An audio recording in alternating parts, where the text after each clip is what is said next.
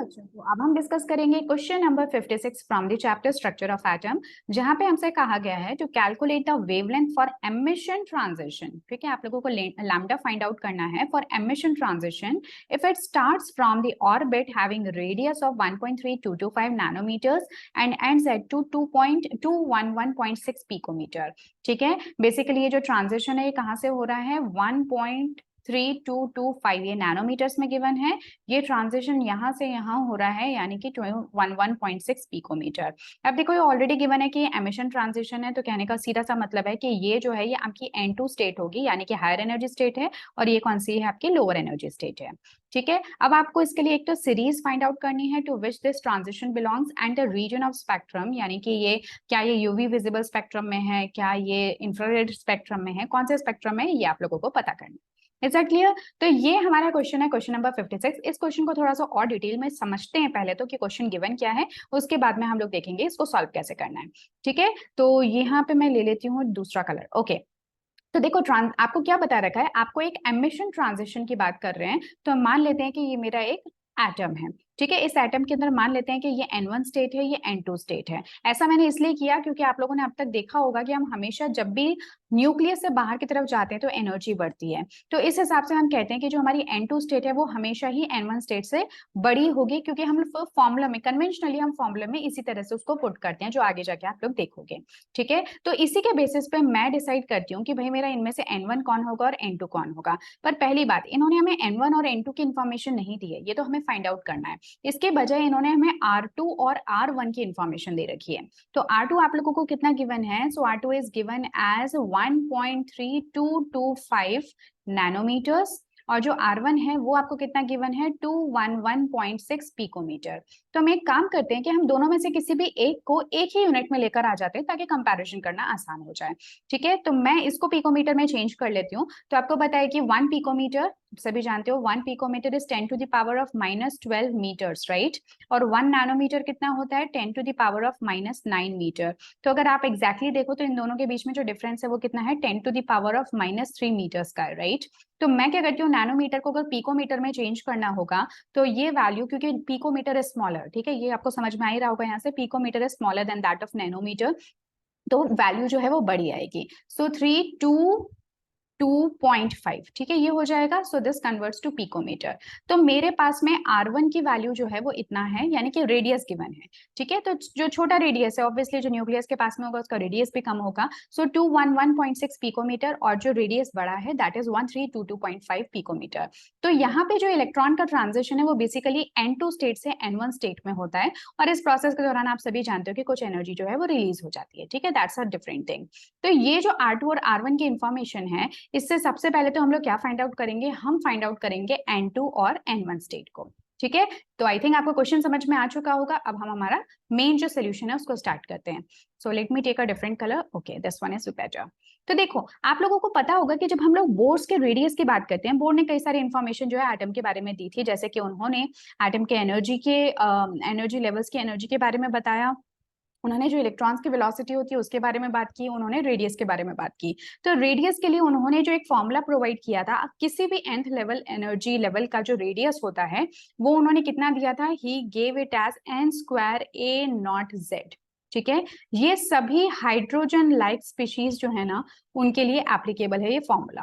ठीक है, अब देखो n से तो आपको समझ में आ गया होगा एनर्जी लेवल की बात हो रही है, z से समझ में आ गया होगा एटॉमिक नंबर, पर ये ए नॉट क्या चीज है, तो ए नॉट इज अ कांस्टेंट। ये ए नॉट जो है ये इक्वल होता है h² बाय 4π² me²k। ठीक है, अब जब हाइड्रोजन लाइक स्पीशीज या हाइड्रोजन एटम की बात करते हैं ना, तो उसके लिए ये वैल्यू आपके निकल के आती है 0.529। ठीक है, तो अब क्योंकि हम तो हाइड्रोजन एटम की बात कर रहे हैं, तो ये मेरा फॉर्मूला क्या बन जाएगा, Rn, यहाँ पे ए नॉट की वैल्यू अगर मैं पुट कर दूं, so this become 0.529 n² by z। ठीक है, तो ये फॉर्मूला बेसिकली हमें यूज करना है इस पूरे क्वेश्चन के दौरान। क्लियर है? पर ये आया कहां से, तो वो मैंने आप लोगों को थोड़ा सा एक्सप्लेन किया है। क्लियर है? चलो अब हम बात करते हैं हमारे मेन सोल्यूशन की। तो ये जो R का आपने फॉर्मूला लिया, अगेन मैं दूसरा कलर चूज कर लेती हूँ, राइट। ठीक है, तो ये जो आपको R की वैल्यूज मिली, यहां से सबसे पहले तो आप क्या कैलकुलेट कर लो, R2 को कैलकुलेट कर लो, R1 को भी कर सकते हो। ठीक है, मैंने क्या किया, पहले मैं R2 को कैलकुलेट कर लेती हूँ। सो माई R2 इज कितना, 1322.5 1322.5 picometres which is equal to, देखो आप देख रहे हो 0.529, क्योंकि हाइड्रोजन एटम की बात हो रही है सो Z की वैल्यू कितनी है 1 है। अगर आपको ये ना भी गिवन हो तो भी आप क्या कर सकते हो, यहाँ पे डायरेक्टली Z लिख सकते हो, तो कोई प्रॉब्लम नहीं, मैं Z ही लिख देती हूँ, है ना, कोई दिक्कत नहीं है। और N जो है, N तो मुझे नहीं पता, तो N क्या होगा, N2 हो जाएगा, क्योंकि यहाँ पे मैं R2 निकाल रही हूँ, जिससे मैंने N2 का स्क्वायर ले लिया।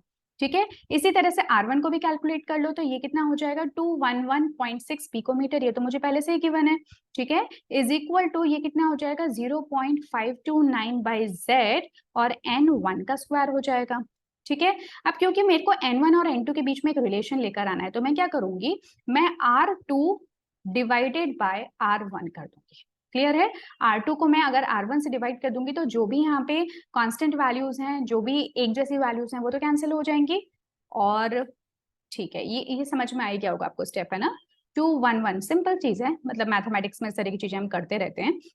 So this will become what 0.529 by Z and N2 का स्क्वायर मल्टीप्लाइड बाय, क्योंकि डिवाइड हो रहा है तो ये बिल्कुल ऑपोजिट हो जाएगा, मतलब कि रेसिप्रोकल हो जाएगा। So this become 0.529 N1 square. ठीक है, बस मैंने कुछ नहीं किया, डिवाइड किया इनको आपस में। अब देख लो यहाँ पे कौन कौन सी ऐसी यूनिट्स है जो कि कैंसिल हो रही है, तो देखो ये पूरी की पूरी यूनिट इस पूरे के साथ में कैंसिल हो जाती है, Z भी कैंसिल हो जाएगा। अब जब आप इस 1322.5 डिवाइडेड बाय 211.6 को जब आप डिवाइड करते हो, so this comes out to be as 6.25। ठीक है, करके देखना, बताना मुझे ये आता है कि नहीं।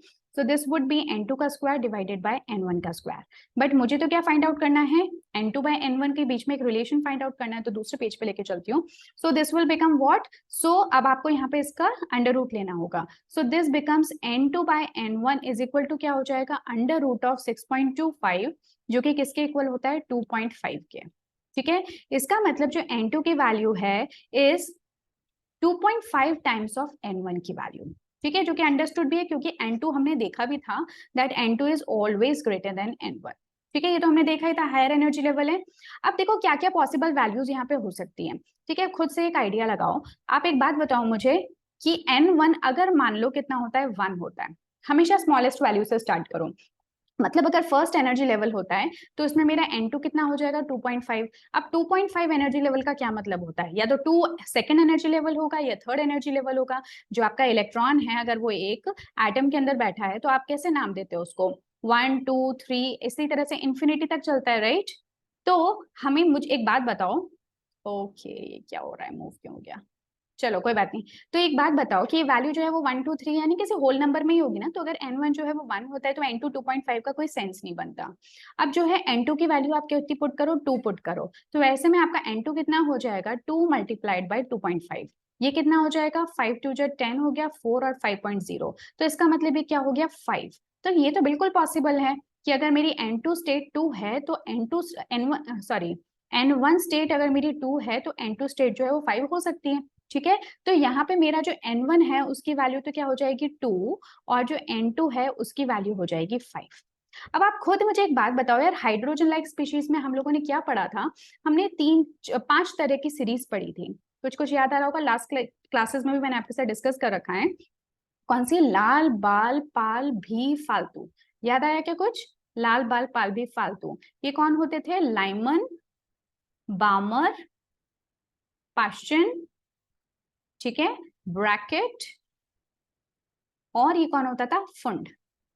ठीक है, इसमें आप देखते थे कि जो N1 की वैल्यू है और N2 की वैल्यूज क्या क्या है, तो N1 की वैल्यू यहाँ पे 1 2 3 4 5 होती थी, और जो N2 की वैल्यू है वो कुछ भी हो सकती है, क्या, N1 प्लस 1 से लेकर N1 प्लस आप इंफिनिटी तक चलते रहो, तो जो भी यहाँ की कुछ सॉरी हाँ जो भी आपकी N1 की वैल्यू है उसके ऊपर कुछ भी हो सकती है N1 प्लस इंफिनिटी तक। Is that clear. तो यहाँ पे लेकिन मेरा जो N1 स्टेट है वो कितना है 2, इसका मतलब कि ये बात किसकी हो रही है, बामर सीरीज की। ठीक है, ये जो ट्रांजिशन बिलोंग करता है ये किसको बिलोंग करता है, बामर सीरीज को। अब मैंने आप लोगों को पहले भी बता रखा है कि अगर बामर सीरीज को बिलोंग करता है तो इसका रीजन ऑफ जो ट्रांजिशन है वो कौन सा होगा, तो वो emission transition basically visible region में होगा। ठीक है, यहाँ पे होता था यूवी, विजिबल, और इन तीनों के लिए हम देखते थे IR रीजन होता था। तो क्योंकि बामर सीरीज की बात हो रही है तो विजिबल रीजन है। बट क्या इसको मैं मैथमेटिकली प्रूव कर सकती हूँ, तो हाँ, बिल्कुल प्रूव कर सकते हो। कैसे? क्योंकि अब आपके पास में N1 N2 की वैल्यू आ चुकी है और आपको ऑलरेडी फॉर्मूला पता है एनर्जी फाइंड आउट करने का या लैम्डा फाइंड आउट करने का। वो कौन सा फॉर्मूला था? Nu bar is equal to 1 by lambda, याद आ गया होगा? इज इक्वल टू क्या होता था? रिडबर्ग्स कांस्टेंट 1 बाय N1 का स्क्वायर माइनस 1 बाय N2 का स्क्वायर। आ गया याद? ठीक है, यहाँ से आप लैम्डा को कैलकुलेट कर लो। ये आर जो वैल्यू है वो किसके इक्वल हो जाएगी? क्योंकि हम मीटर्स में कर रहे हैं तो मैं सारी चीजें मीटर्स में रखती हूँ। So this will become 1.0977 into 10 to the power 7 हो जाएगा, क्योंकि मीटर्स में मैंने ऑलरेडी कन्वर्ट कर दिया है ना, इस चीज का ध्यान रखना।